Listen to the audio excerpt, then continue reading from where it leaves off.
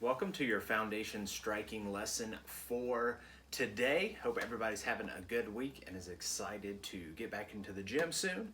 If you haven't heard, we're going to be doing our best to get some stuff going on the 1st. So check out the video that Coach Rory and Coach Lucas have made and let them know if you got any questions. But we look forward to seeing you guys soon. So today, just wanted to keep it short and sweet and give you two principles that will help you across the board with your punches. You know, whatever your goal is, whatever the punch is, I'm just going to give you two things that I think will help you. Two principles to think about that will help you across the board. I've been trying to make that a theme lately, so things that help you across several techniques, you know, several scenarios.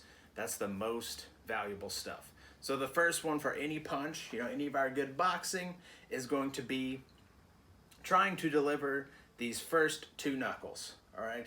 This knuckle and this knuckle, right, of our index finger and our middle finger.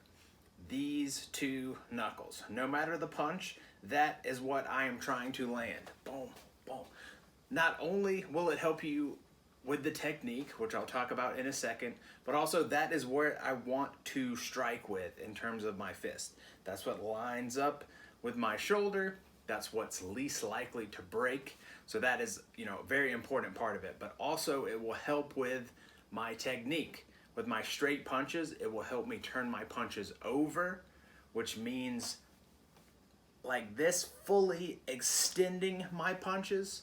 So I'm here, I am reaching all the way out and turning my punch over, driving these two knuckles forward. It will keep you from shorting your punches. It will also keep you from hurting yourself while hitting pads, while shadow boxing, turning over those straight punches. It has a lot of applications, and please ask me about turning over your punches, and I'll be happy to discuss it with you.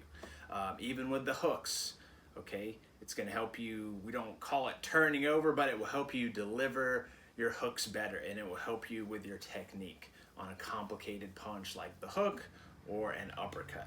If I'm trying to deliver these two knuckles, it's gonna keep me from doing these little short hooks. You know, as I come around for my hook, I am driving these two knuckles into the target. You know, rear hook, lead hook, doesn't matter. Boom. If I do that, it will fix a lot of the rest of the technique, getting my elbow where it needs to be. That's why I like this. If you just really think about if you have two little knives sticking out of here or two little Wolverine claws, if you're always thinking about stabbing those into your target, it will help you on all of your punches. Uppercuts, boom, hooks, even overhand. Eventually, I want to stab those two knuckles into my target. It will really, really help. The body, everything. The other principle, so principle number one was delivering these two knuckles always on our punches. Principle number two is always driving with our hip. Right, this will also help you with kicks and knees, really strikes across the board. But if I'm always thinking about driving with my hip, so on a good rear hand, driving with my hip, meaning my hip is going to drive forward at my target.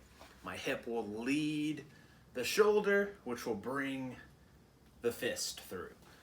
So once again, if you think about driving through with your hip, it will help your pivot, you know, your footwork, because to be able to drive my hip forward with a punch, I have to pivot on my foot. You know, it will make my shoulder come around with everything and then launch my punches forward or drive my hook through to finish. So if I always think about leading with my hip, it will help me across the board with my techniques. This one even goes outside of punching and is going to apply to your knees, elbows, kicks, you name it. So we have those two principles. One, delivering the first two knuckles, these two knuckles right here. The second is leading with my hip and driving it through when I do my strikes. And what I love about that, as I discussed earlier, is that it's going to help you clean up the rest. You know, sometimes we can be thinking about too many things at once when we're doing this stuff. Even if you think of something that's a very simple strike, a beginner strike that some people might call it, of like a jab, which is this, there are tons of moving parts, and in your head you can't think about everything. You know, you can't think about, okay, I am going to pivot my foot 12 degrees and drive my hip, and then my elbow is going to bend. It's too much. You know, you have to start paring this stuff down and finding those big keys for things, and it will help you simplify things in your mind and then let your body kind of take care of the rest. If you find those good principles, you'll find some other things starting to fall in place. So I hope you guys enjoyed this. Experiment with this at home. Try some different strikes, whether it's just in your shadow or on a bag. See if that's going to help you with any of your technique, all right? And let me know if you guys have any questions. So hopefully we'll see you all soon. Tune into the rest of the Zooms and everything from this week, and we'll see you all. Thank you.